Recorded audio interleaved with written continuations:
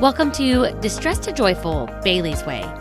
I'm your host, Bailey Raber, here to enlighten you and the rest of the world about one of the most misunderstood mental health disorders out there, bipolar disorder. In each episode, we'll learn more about my personal journey with bipolar 2 disorder, how I've struggled with it, and how I've learned to overcome those struggles. Together, we'll laugh, we'll cry, and most importantly, we'll have fun. You'll leave each episode feeling hopeful and stocked full of useful information on how you can better yourself and the world around you. Hello, friends! I am so happy to be back, and I hope that you are equally as happy to have me back. And I'm here releasing new episodes for you. I'm very excited. So I'm sure you've noticed a pretty big change, unless you have Apple Podcasts, because Apple doesn't do the things it needs to do. But season 3 has a red theme to it. Ooh, red.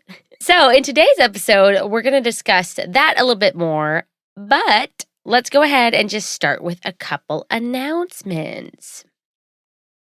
Okay, so first of all, if you haven't checked out whatisheybales.com recently, you better hop on over there right now because it's gotten a major upgrade. Major. It's something that I did all by myself, and I am so proud of it.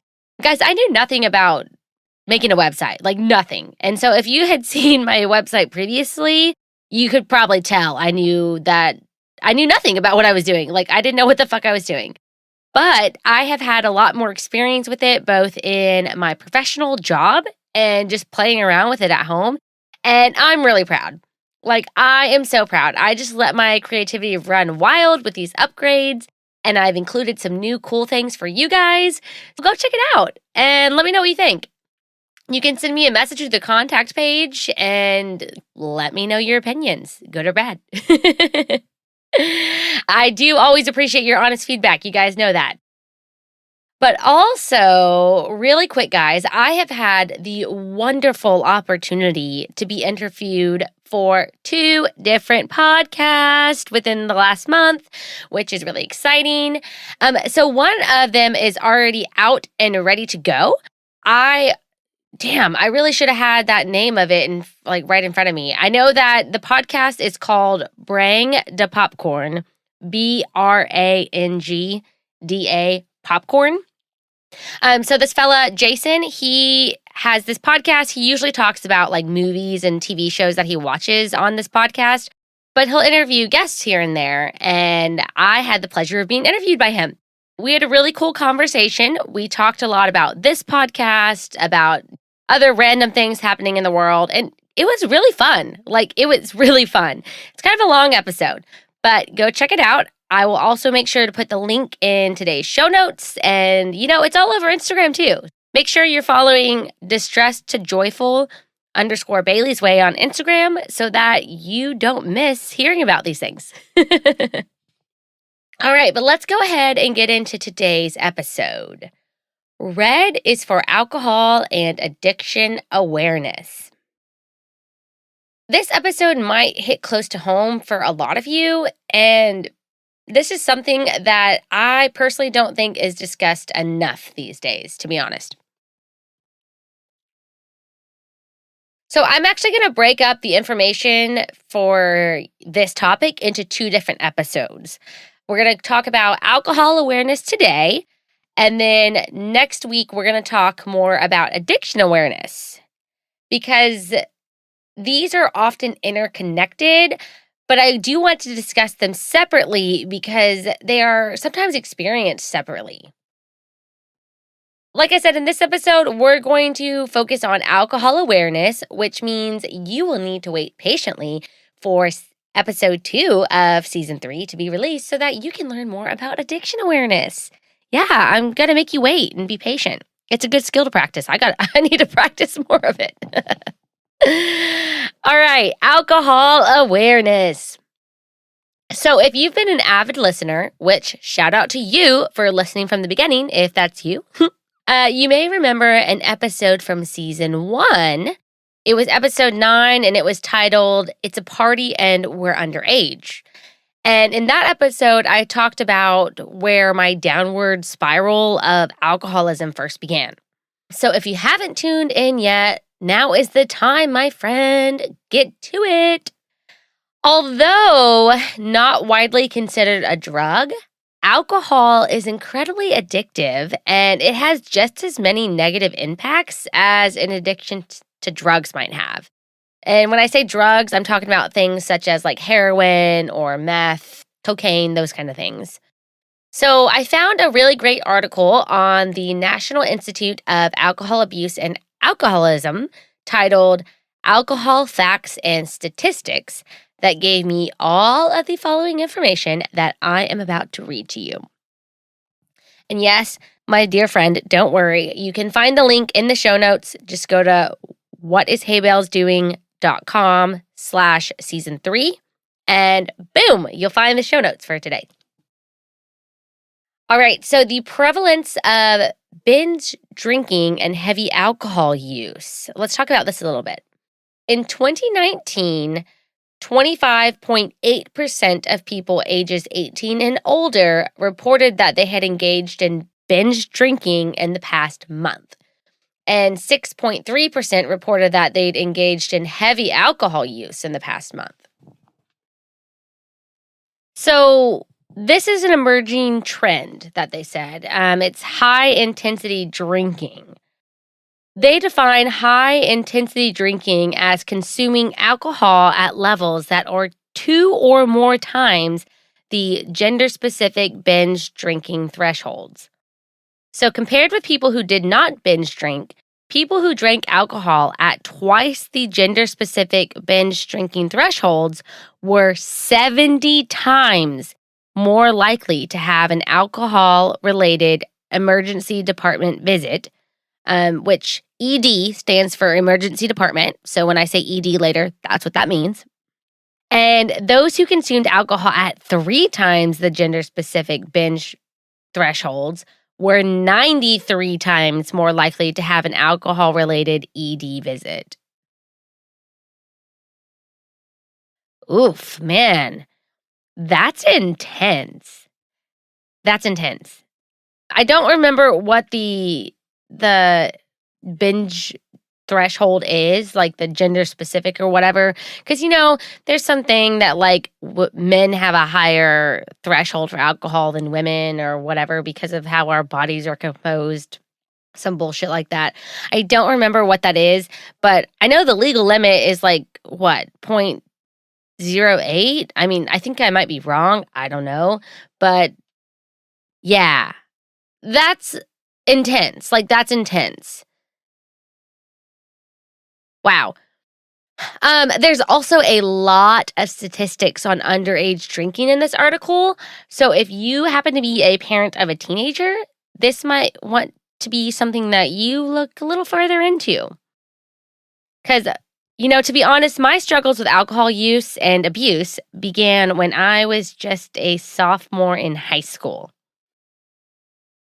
Yeah, if you haven't already, dude, you got to check out season 1, episode 9. You can hear about how alcohol made its way into my life so early on.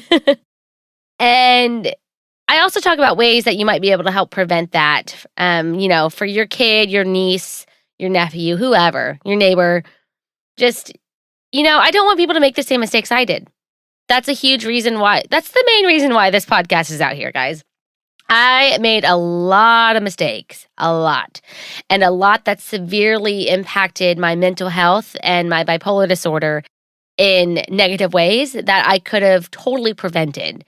And I just didn't have the knowledge to prevent these things, which is why I am here helping to give you knowledge to help other people or yourself even prevent these things. Because, yeah, I mean, gosh. Okay, well, let's just move into some more of the statistics. I hate that word. It's very statistic. It sounds snaky. But these are going to be heavier statistics associated with heavy alcohol use. And when I say heavier, I mean morbid, like straight up. Just be aware. So statistics around alcohol-related deaths in the United States are as follows. So, again, these are all from the same article. Link is in the show notes. So, they say that an estimated 95,000 people, approximately 68,000 men and 27,000 women, die from alcohol-related causes annually, making alcohol the third leading preventable cause of death in the United States. Number 1 is tobacco. Number 2 is poor diet and lack of physical activity. And number 3 is alcohol, guys. Alcohol. Alcohol. Not methamphetamines, not heroin, not cocaine, alcohol.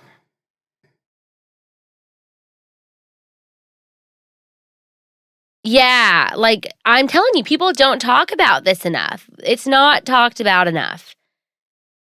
Okay, so moving forward, that was if I rant a little bit in today's episode, guys, like just know that it's because I'm passionate about this. That this is something that I have become very passionate about because my life was severely impacted because of it, and it has changed significantly since I have moved in a different direction. And I honestly want that for you and for anybody else out there too. I do.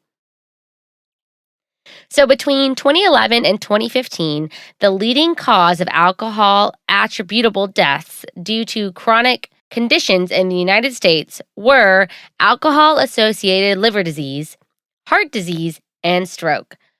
Unspecified liver cirrhosis. Cirrhosis? Oh, God. Guys, there's a lot of big words coming up. Just expect me to butcher them. Upper aerodigestive tract cancers, liver cancer, supraventricular cardiac dysrhythmia, AUD, breast cancer, and hypertension. Whew, that was a lot of big words, but I'm pretty sure what that whole paragraph that I just butchered to you means is that alcohol contributed to chronic health conditions that then led to death. Which actually makes a lot of sense because my grandma got breast cancer, which then turned into bone cancer, and then she passed away from it. And while breast cancer can be hereditary, I wouldn't be surprised if alcohol was the reason behind that. My grandparents were alcoholics long before I was born. They kind of stopped drinking-ish around the time I was born, I think. I remember them drinking when I was younger, but not a whole lot. And then my grandpa, I think, pretty much stopped because he's too old and in bad shape for that anymore. But, I mean, guys, alcohol is no joke. That shit fucks you up. Like, on the inside. Obviously, you get drunk. We all know that. That's not the kind of fucking up I'm talking about. I mean, like, internally. Like, liver problems, kidney problems, all those other big words I just read, and I'm not going to read again because that was probably painful for you to hear, as painful as it was for me to say. All right, but let's move on because otherwise I'll just rant all day long. So in 2019, alcohol-impaired driving fatalities accounted for over 10,000 deaths. So 28% of overall driving fatalities. Whoa, that is scary. Oh my God, that 10,000 deaths were because of alcohol-impaired driving in 2019. 10,000. You know why that makes me really sad? That makes me really sad reading that. And I hope it makes you sad hearing that too. And it's sad because that is something that could have been prevented. That was totally preventable. All of those deaths. Alcohol-related deaths are completely preventable by either not drinking or not getting behind the wheel. A or B. Done. We prevented a death. Oh man, oh man, oh man. Okay, so let's go ahead and take a moment to talk about my personal relationship with alcohol. Yeah, the juicy stuff you're all dying to hear, I know. So as I've mentioned, I began drinking in high school, But the reasons behind me doing so were kind of dumb now that I look back on it. But also at the same time, I was very naive and insecure back then. I can't be mad at myself or blame myself for my actions, and nor will I ever judge people who have made the same mistakes that I did. Not at all. So, why did I start drinking? Number one reason, because my parents told me not to. Straight up, y'all. Like, I was the epitome of a rebel child, and this was my one of many, many ways of, quote, sticking it to the man and doing the exact opposite of what my parents told me not to do. Oh my God, another good example of doing exactly the opposite of what my parents said not to do was getting a tattoo 3 days after my 18th birthday. But, that's another story for another day. That's just, backing up the whole thing of rebel child to the max.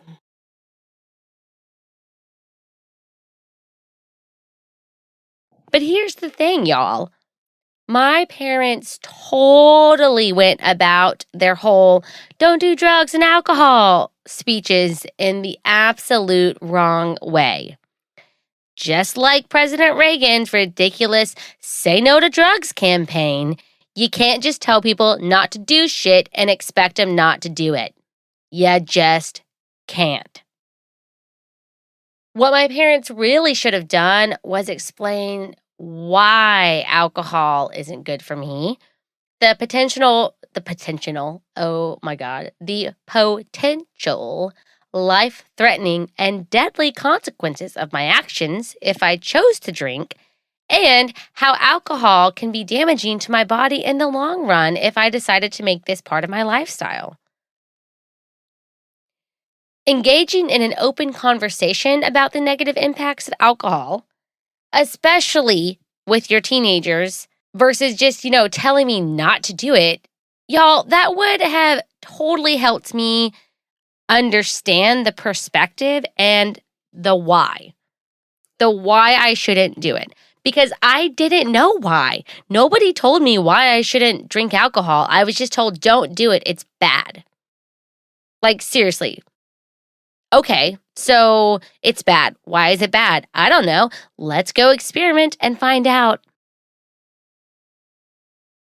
Dead fucking serious, y'all. This is a thing. I am the epitome of it. Every time I was told not to do something, if there was no good reason why I shouldn't do it, fuck, I'm gonna go do it, especially if mom and dad said not to. And I'm telling you these things, guys, because some of you probably have teenagers who have that same shitty attitude that I had. And you know what? You can do one of two things. You can make the same mistakes as my parents, which then, put me in a place where I put myself in some very compromising positions because I was doing the opposite of what they said. Or you can do the hard thing of opening and engaging a real conversation about why they shouldn't do these things and be vulnerable and talk about it and hopefully prevent a lot of bad things from happening. Seriously, a lot. Like alcohol was always present in the really bad things that happened in my life when I look back on it. And I don't want to sound preachy, but seriously, guys, please take this information into serious consideration. That kind of rhymed. I hope you caught that. I didn't mean to do it, but I'd like to do that again. Anyways. So, just to get the record straight, y'all, I am not here to blame my parents or anything. I'm really not. Because they weren't sat down and spoken to about why they shouldn't engage in binge drinking, and they weren't told how it could negatively impact their lives. So how could I expect them to know how to do that for me and my siblings? Seriously. So I'm not blaming them. It's not their fault. I'm just using this as a beautiful example to how you could do better. For real. But though, guys, on the contrary, I do wish that they would have just taken the time to better educate themselves on some good parenting practices so that they could do some better things for me and my siblings. And while I can't change what they did, once again, I really, really hope that some of y'all listening will be inspired to actively find ways to be the best parent that you can be for your children. I really, really do. Okay, reason number 2 as to why I started drinking alcohol. This is the dumb one. Just a heads up. I wanted to fit in so badly with other people at school, and all of the quote cool kids were at the parties or they were throwing them. And so I thought that that is where I needed to be. So, y'all, a lot of this was sprung on by deep insecurities and the need to feel like everybody needed to like me. And man, I remember looking back and remembering, I remember feeling like people just did not like me, which to be honest is true for some people because I was a little bit of a bitch back then. But that wasn't always the case. I just thought it was. And that is called insecurity, creeping up to destroy your thinking. Most of these insecurities came about after receiving my bipolar 2 diagnosis. Woohoo! That's a little note right there, mental note to take. So, my world changed in an instant after that diagnosis. I mean, I'm sure some of y'all heard that back in episode 3 of season 1. But I just felt so different from everybody else after being told that I have bipolar 2 disorder, and most of that was in my head. Really, guys, most of that was in my head. Now, there were some people who did judge me.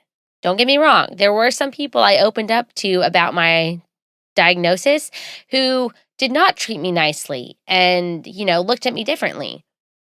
But I stopped telling people. I stopped telling people because of those people. So that's where a lot of this in my head stuff comes from. The people who didn't know that I had bipolar 2 disorder, they didn't know. But I always felt like they knew. I always felt like they knew that they knew there was something, quote, wrong with me. And it just caused so many insecurities. So many. And, I'm going to have an episode later on. So this is just like a little sneak peek. But telling people about my disorder, guys, was the most freeing thing I ever did. The most freeing thing. Back to this, though, is that, all of those thoughts were in my head, and it didn't help that mental health was not talked about back then in 2010. It wasn't. So that's why I shut up about it and let these insecurities override my brain and my thinking. And then, because of these insecurities, depression started to creep in during sophomore year of high school. And once I tried alcohol for the first time, I learned that it was a great way to, quote, forget about my troubles and just numb out my feelings. So that way I could soften the blow of my depression. Boom. Now I'm hooked. I found my little, not a vice. I don't know if am I using that right? Somebody please tell me. A vice? Or is it, I don't know, my coping mechanism? Boom. That's really what that was. And guys, just to be clear, I did not have the level of emotional intelligence that I do today. So I was not aware at the time that I was just using alcohol to numb my feelings. I had no idea. I just knew that drinking alcohol would take away my pain temporarily until I became sober and it came back again, so I went looking for alcohol again. What's that, a vicious cycle, you see? Why, yes, indeed, it is. Oh, man. So, how can alcohol affect those with bipolar disorder? Well, friend, I am so glad you asked. So, I found this lovely article on alcoholrehabguide.org titled Alcohol and Bipolar Disorder. Let's dive into what the researchers have found and what they suggest. Side note, yes, this link will be in the show notes. Okay, so the article starts by saying addiction to alcohol and bipolar disorder are very commonly present together. In fact, some studies have found that the majority of individuals with bipolar disorder will develop an alcohol use disorder of some kind during their lives. Some estimates suggest that up to 43% of individuals with bipolar disorder have some form of an alcohol use disorder at any given time. Well, fuck. Okay, that does make me feel a little better, but also not so great at the same time. Yeah, I'll dive into that comment here in just a second. We'll go a little deeper into that. But the article goes on to say that alcohol helps calm nerves, especially in social settings. It can possibly relieve the negative symptoms of bipolar disorder temporarily, yet can increase chances of worsening the disorder later on. Alcohol is known to intensify bipolar disorder due to its sedating effects. It acts similarly to some medications, risking feelings of depression with each swig of alcohol. Alcohol also greatly increases the severity of mania, which many who suffer from bipolar find extremely pleasurable. Although alcohol can increase the negative effects of bipolar disorder in either direction, flaming the fire with each sip. Ooh. Drinking on bipolar medication can turn one drink into several, especially drinking on an empty stomach. Alcohol can also destabilize bipolar disorder, giving up your control of emotions to an empty glass. Oh, let that sink in for just a second. So much sense is being made. And I will make it for you, the sense. The sense will be made for you too. But they do go on to say, I got a little bit more to read from them, and then I will give you my outlook on it. So, the higher the high alcohol would bring, the lower the low a bipolar individual's mood will project onto daily life. Yet, for some, it is worth it all. Alcohol eases the anxiety between the crazy feelings and the ups and downs bipolar disorder brings about. Additionally, many with bipolar disorder find that the same side effects of most medications are so extreme that they would rather self-medicate and deal with the consequences. Although alcohol can provide temporary relief from bipolar disorder, it also endangers an individual with the illness, intensifying the effects of the disorder and increasing risks over time. It is not recommended to drink when you suffer from bipolar disorder, as uncomfortable and unwanted episodes can occur from any amount you may drink. Wowza. Yeah, I agree with this article completely, guys. I do. And I know that this was written by people who just study the disorder and the effects that alcohol has on it. So they likely don't fully understand what all of this feels like. But I sure do. Oh my God, I used to love taking those risks of choosing to self medicate with alcohol. I used to love the intense highs that alcohol would add when I was in the middle of a hypomanic episode. Oh man, those highs, they are pleasurable, but they also come with so many consequences. So many. Like, check out the episode from season 2 called Manic Spending Sprees, and you will hear about the really negative things that came along with my feelings of high from my bipolar disorder. And just as this article describes, the lows began to get lower and lower each time I would drink. And sometimes they were so low that it was seriously just so fucking unbearable, guys. So unbearable. Personally, I don't think it's worth it anymore. I am proud to say that I am sober as of April 2019. So I haven't been drunk since then, and I do not have the desire to drink or get drunk anymore. I really don't. And I feel great because of it. I really, really do.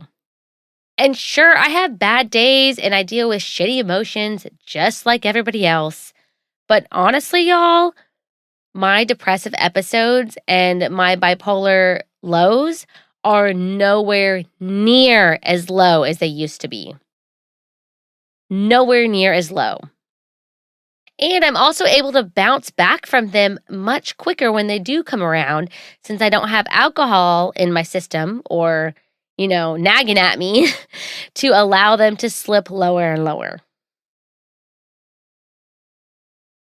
And, just to be clear, I have had some pretty lows in 2021 and in 2020 also. In those 2 years, I was unemployed, I think 3 times. 3 times I was without work. Dude, that felt low. That fucking sucked. And I remember being a little depressed during those times. But I'm comparing that to previous depressive episodes, and they were nothing like each other. Nothing like each other. I was definitely able to bounce back so much quicker this time. And I'm proud of myself for that. I'm proud that I removed something that was causing so much pain. And now I have actually seen how much pain that alcohol used to cause me, that I know. I know that that's what the big issue was. And so, for those of you who are listening who also have bipolar disorder and might be currently struggling with alcohol use, my hope is that you take this information deeply into consideration. Do some extra research, reach out, and get the help that you need. I want you to be able to live a happy, healthy, and fulfilling life because you deserve nothing more. And alcohol just might be hindering your ability to achieve that.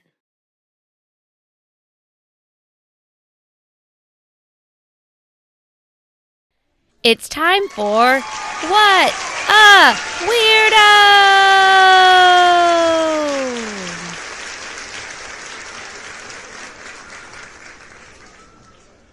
Okay, y'all, so this segment is here as a way for us to normalize weird habits that we all have but don't necessarily talk about. And this is a way to create some wholesome laughter at the end of each episode because, as you're aware, sometimes we discuss some very difficult topics. If you've been tuning into the show regularly, you've likely heard all of my weirdo habits. So now it's time to send in yours. Yes, yours. Today we have an anonymous submission. Yes, I love it. Anonymity will always be, what is it? It's not preserved. Oh my gosh, I'm just not here for words today. Words are just not my friend today. It will be granted. You will always receive anonymity if that is how you choose. So, they say that I love eating fresh homemade waffles with my hands. There's just something about touching the soft, warm waffle while eating it that using a fork just doesn't cut it for me. And to be clear, I don't do this in public because I'd rather avoid awkward stares, but I totally do this in the comfort of my home or at my parents' house on a regular basis. Okay, I can't say that I have ever done that.